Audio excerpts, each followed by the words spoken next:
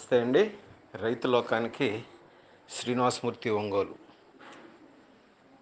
మళ్ళా పంటల కాలం వచ్చింది కాబట్టి రైతు మిత్రుల కోరిక మేరకు మాన్యశ్రీ డాక్టర్ కృష్ణ చంద్ర గారు తయారు చేసినటువంటి ఎన్‌డబ్ల్యూడీసీ లేదా కవచ్ అనేటువంటి దాని గురించి ఇంకొకసారి రిఫ్రెషింగ్ వీడియో ఇది. రైతుల కోరిక మేరకు మాన్యశ్రీ డాక్టర్ కృష్ణచంద్ర గారు రైతు లోకానికి ఇచ్చిన ఇంకొక ప్రసాదిని మనకి ఓడబ్ల్యూడిసి ఎన్హాన్స్డ్ తెలుసు. అవి కాకుండా కేవలం సస్యరక్షణ కొరకు, అంటే క్రాప్ ప్రొటెక్షన్ మేనేజ్మెంట్ కొరకు హానికారక క్రిమికీటకాలు వాటితో పాటు శిలీంధ్రాలని కంట్రోల్ చేయడానికి, అంటే పెస్ట్ అండ్ డిసీజెస్ కొరకు మాన్యశ్రీ డాక్టర్ కృష్ణచంద్ర గారు ఇచ్చినటువంటి ఇంకొక వరప్రసాదాన్ని మనకి రైతు లోకానికి ఎన్‌డబ్ల్యూడీసీ లేదా కవచ్. ఇది ఏంటి, దీన్ని ఎట్లా తయారు చేసుకోవాలి, ఎట్లా వాడుకోవాలి?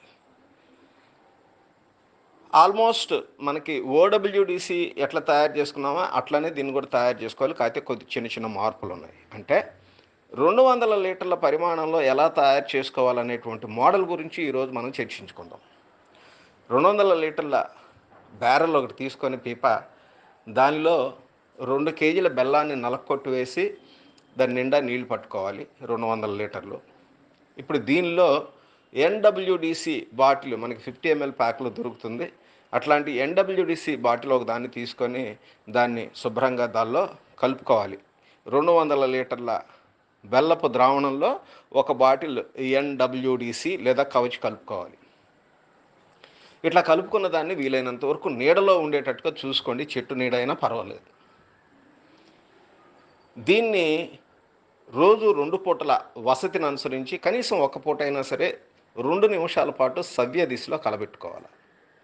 ఇట్లా కనీసం 12 రోజులు, వీలైతే 20 రోజులు, అంటే 12 నుంచి 20 రోజుల పాటు మనం ఇట్లా తయారు చేసుకున్నటువంటి ద్రావణాన్ని ఫర్మెంటేషన్ చేసుకోవాలి. ఇట్లా చేసుకున్నప్పుడు ఈ ఎన్‌డబ్ల్యూడీసీలో మనకి సస్యరక్షణ కోసం ఉపయోగపడేటువంటి మైక్రోబ్స్ పుంఖానుపుంఖాలుగా మల్టిప్లికేషన్ జరుగుతుంది. ముఖ్యంగా అంటే ఈ ఎన్‌డబ్ల్యూడీసీలో సస్యరక్షణకు ఉపయోగపడేటువంటి అన్ని రకాల సూక్ష్మక్రిములు ఉన్నాయి. ముఖ్యంగా మాన్యశ్రీ కృష్ణచంద్ర గారు చెప్పేది బ్యాసిల్లస్ అజాటరిలియం అనేటువంటి ఒక కొత్త రకపు మైక్రోబ్ బ్యాక్టీరియా ఉంది. ఇది సస్యరక్షణకి చాలా బాగా ఉపయోగపడుతుంది. డైరెక్ట్గా ఈ సూక్ష్మక్రిములు చీడపీడల మీద అటాక్ చేసి కంట్రోల్ చేయడంతో పాటుగా ఇది ప్రివెంటివ్, క్యూరటివ్, అంటే రాకుండా ఉండటానికి, వచ్చిన వాటిని కంట్రోల్ చేయడానికి కూడా ఉపయోగపడుతుంది. ఈ రకంగా మనం ఈ ద్రావణాన్ని 12 నుంచి 20 రోజుల పాటు ఫర్మెంటేషన్ చేసుకొని ఇప్పుడు మనకి దీన్ని మదర్ కల్చర్ లాగా వాడుకోవాలి అని అనుకున్న సందర్భంలో ఒక 5 లీటర్ల ద్రావణాన్ని ఏదైనా ఒక కంటైనర్లో తీసి పక్కన పెట్టుకొని దీనిలోకి సున్నపు ద్రావణాన్ని కలపాలి. ఎట్లా? రాళ్ల సున్నం అని అంటాం మనం. ఇంతకుముందు మనకి గోడలకి వల్ల వేసుకునేటువంటి ఈ రాళ్ల నుంచి తయారు చేసినటువంటి సున్నం మంచి పవర్ఫుల్, నాణ్యంగా ఉంటుంది. ఇట్లాంటి సున్నాన్ని 10 లీటర్లు ద్రావణం తయారు చేసుకోవాలి. అంటే ప్రతి 100 లీటర్లకి 1 కేజీ చొప్పున 200 లీటర్లు తయారు చేసాం కాబట్టి 2 కేజీల సున్నపు పొడిని, రాళ్ల సున్నాన్ని నుంచి తీసుకున్న సున్నపు పొడిని 10 లీటర్ల ద్రావణంలో నీటిలో కలిపి మదర్ కల్చర్ 5 లీటర్లు తీసి పక్కన పెట్టుకున్న తర్వాత ఈ 10 లీటర్ల సున్నపు ద్రావణాన్ని 190 లీటర్ల పీపాలోని ఎన్‌డబ్ల్యూడీసీ 12 నుంచి 20 రోజులు తయారైనటువంటి ద్రావణంలో కలుపుకోవాలి. ఇట్లా కలిపిన దాన్ని కర్రతో బాగా కలబెట్టేసి ఇప్పుడు దీన్ని 1 ఎకరంలో ఉన్నటువంటి పంట మీద మనం పిచికారీ చేసుకుంటానికి వాడుకోవాలి.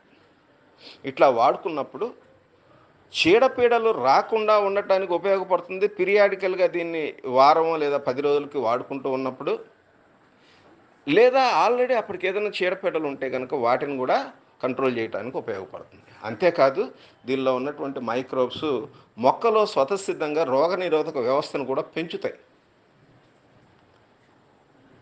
సో ఇప్పుడు మనం పక్కన తీసి పెట్టుకున్నటువంటి ఆ మదర్ కల్చర్‌తో మళ్ళా మనం ఇందాక చెప్పుకున్నట్లుగానే 200 లీటర్ల పీప, దానిలో 2 కేజీల బెల్లం, అది నిండా నీళ్లు బట్టి, ఈ 5 లీటర్ల మదర్ కల్చర్‌ని కలిపి మళ్ళా 12-20 రోజుల్లో సొల్యూషన్ తయారు చేసుకోవచ్చు. ఈ రకంగా చెడిపోకుండా ఉన్నటువంటి దాన్ని మదర్ కల్చర్‌గా వాడుకుంటూ ముందుకెళ్ళొచ్చు. అయినా వసతి ఉన్నవారు ప్రతి 6 నెలలకి బాటిల్ మార్చుకొని కొత్త దాన్ని చేసుకోవటం అనేటువంటిది మంచిది. ఇట్లా చేసుకుంటూ ముందుకెళ్ళి వారి యొక్క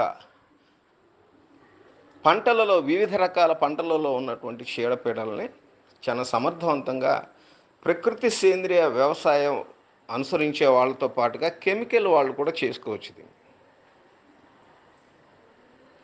దీని మీద మీకు ఏదన్నా ఫర్దర్ క్లారిఫికేషన్స్ కావాల్సిన మీ అభిప్రాయాలను కూడా కామెంట్ రూపంలో తెలియవలసిందిగా కోరుకుంటూ జై హింద్.